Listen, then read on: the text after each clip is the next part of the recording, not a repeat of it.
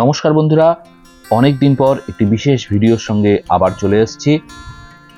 গত 12ই জানুয়ারি 2025 রবিবারে স্বামী বিবেকানন্দের 163তম জন্মদিবস উপলক্ষে আমাদের দুইলা চক্রবর্তী মাঠে এক বিশেষ অনুষ্ঠানের আয়োজন করা হয়েছিল। সকালবেলায় স্বামীজির কথা মতো অনুষ্ঠান শুরু হয়েছিল ফুটবল খেলা দিয়ে। তারপরে ছিল ছোটদের যোগাসন, তারপরে কিছু কথা কিছু গান, তারপরে ছিল ছোটদের অঙ্কন এবং অনুষ্ঠান শেষ হয়েছিল দুপুরের প্রসাদ খাওয়ার মাধ্যমে। এই অনুষ্ঠানের সমস্ত কিছু জানার জন্য এই ভিডিওটি প্রথম থেকে শেষ পর্যন্ত দেখতে হবে। যদি কিছু ভালো লেগে থাকে লাইক, কমেন্ট, শেয়ার করে দেবেন, আর যেতে যেতে চ্যানেলটিকে সাবস্ক্রাইব করতে ভুলবেন না। চলুন দেখতে থাকি।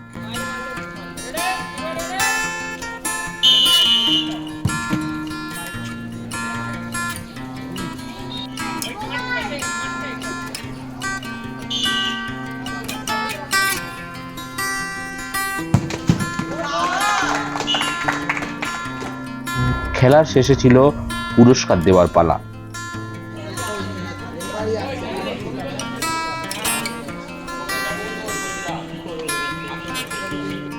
খেলার শেষে মাঠটিকে অনুষ্ঠানের উপযোগী করে তোলার জন্য আমরা কিছুটা সময় নিয়েছিলাম, আর তার সঙ্গে করে নিয়েছিলাম সকালের জলখাবার। কচুরি, ছোলার ডাল আর বোঁদে দিয়ে শুরু হয়েছিল সকালের জলখাবার।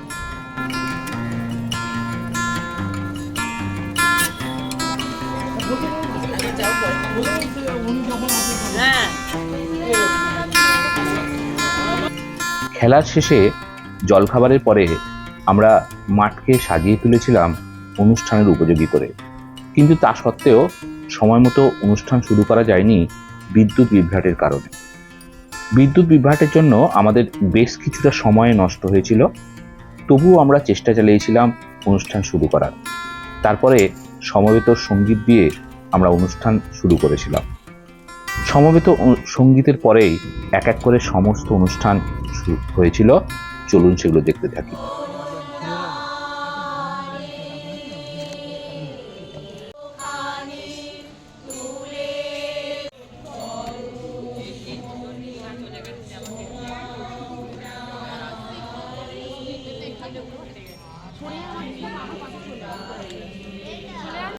সমবেত সঙ্গীতের পরে শুরু হয়েছিল বাচ্চাদের যোগাসন প্রদর্শনী।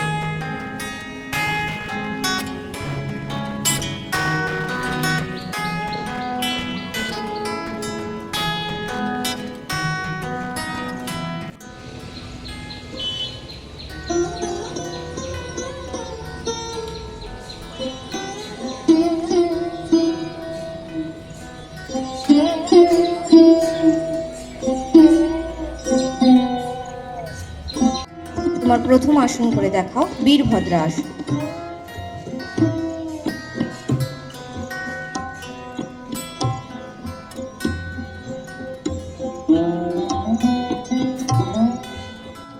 সবাইকে একটি করে দেব।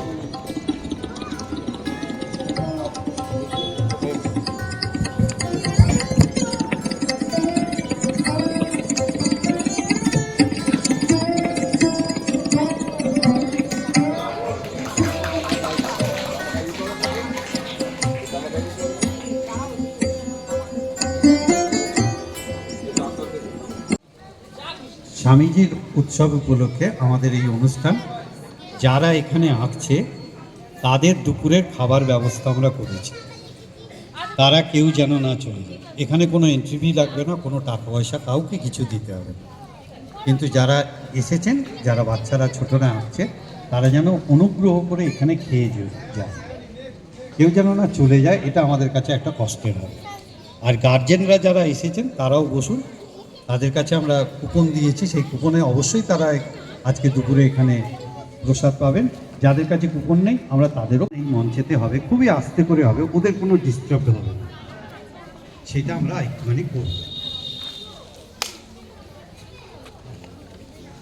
এখন প্রথমে বক্তব্য রাখুন অমল দুয়ারি, শ্রদ্ধেয় মাস্টারমশাই অমলদা, তিনিও আস্তে করে কিছু কথা সামান্য বলবেন। যারা এসেছেন আঁকতে তারা সকলেই আঁকতে পারবেন, তারা চলে আসুন।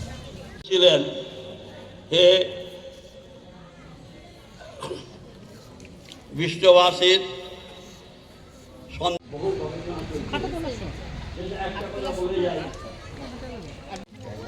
শান্তিদার বক্তব্য আমরা শুনবো, এবং যাদের যাদের একটু গান আছে তারাও একটু গান করবে। একটা ভালো জিনিস কিছু করতে গেলে মানুষ তো লাগে। আপনারা সেই শুভ মানুষ, আপনারা সেই দৃঢ় চেতার মানুষ, আপনারা সেই সুন্দর মানুষ যারা এই প্রদীপটাকে জ্বালিয়ে রাখার জন্য আপনারা সবসময় চেষ্টা করেন।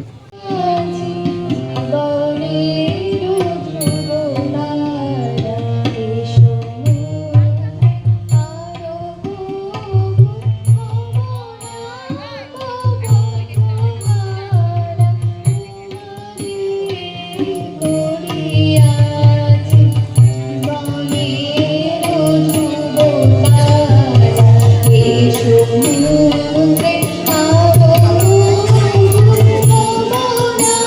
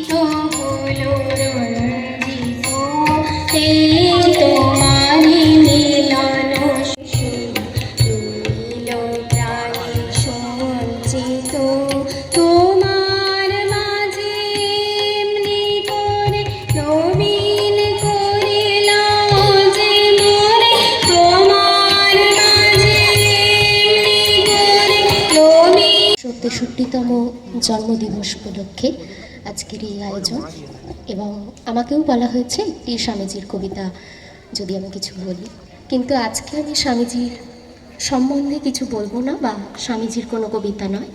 স্বামীজির প্রতিষ্ঠিত বেলুড় মঠ রামকৃষ্ণ মিশন, সেই বেলুড়ের ওপর আজকের আমার কবিতা। বীরবাণী হলো সেই, ধৈর্য ধরো কিছুকাল হে বীর হৃদয়, জয় তব যেন সুনিশ্চয়। এই ছিল বীরবাণী, অর্থাৎ ধৈর্য ধরতেই হবে। সময়ের আশা দিয়ে সিঁড়ি স্নেহ করতে আমি কাউকে দেখিনি। এত সিঁড়ি, সিঁড়িতে সিঁড়িতে এত দাগ, এ আমি কোথাও দেখিনি। স্থিতপ্রজ্ঞ মহারাজকে জিজ্ঞাসা করলাম, এই ছেলে দুটিকে? মহারাজ মৃদু হেসে বললেন,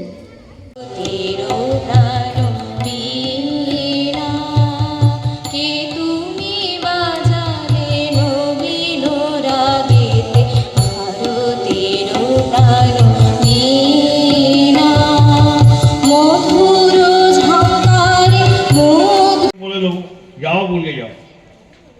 মায়ের কাছে এসে বলছে, মা আজকে এরকম ধরনের পেটানি খেলো, এইটাই তো তুমি শিখিয়েছো, এইটাই তো আমি জানি, এইটার ভুল উত্তর তো নয়। করে থাকবি সারা জীবন, যা সত্যি তা কখনো বিচ্যুত হবে না। সত্যের জন্য সব কিছু ত্যাগ করা যায়, কোনো কিছুর জন্য সত্যকে ত্যাগ করবি না, সেটাই হয়েছিল।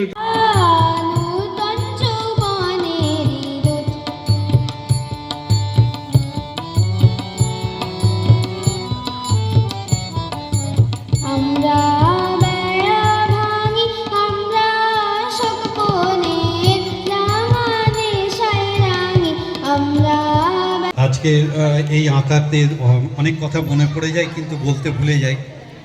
শ্রদ্ধেয় যিনি ছিলেন বিপ্লব দত্ত, তিনি একজন বিরাট আর্টিস্ট ছিলেন আঁকার। তিনি এখানে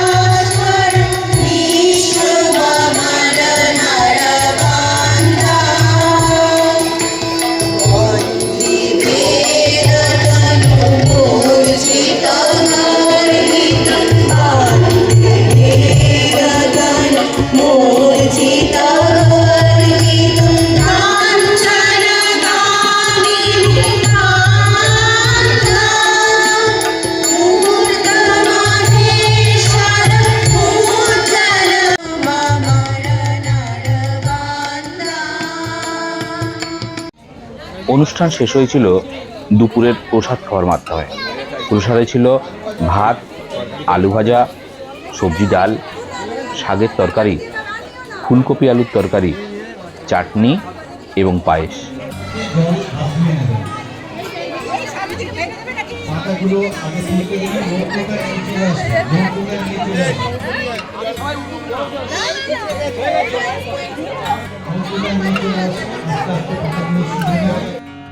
যেতে যেতে আমাদের অনুষ্ঠান কেমন লাগলো কমেন্টের মাধ্যমে জানাতে ভুলবেন না। এই অনুষ্ঠানকে আরও কিভাবে পরের বছর ভালো করা যায় সে মতামত রাখবেন, আর চ্যানেলটিকে সাবস্ক্রাইব করতে ভুলবেন না। তাহলে আবার দেখা হচ্ছে নতুন কোনো ভিডিওর সাথে। নমস্কার।